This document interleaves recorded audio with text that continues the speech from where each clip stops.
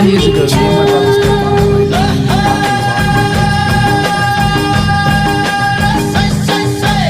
मैले नौ डाँडा काटौँला सँगसँगै जोबन साटौँला मैले नौ डाँडा काटौँला सँगसँगै जोबन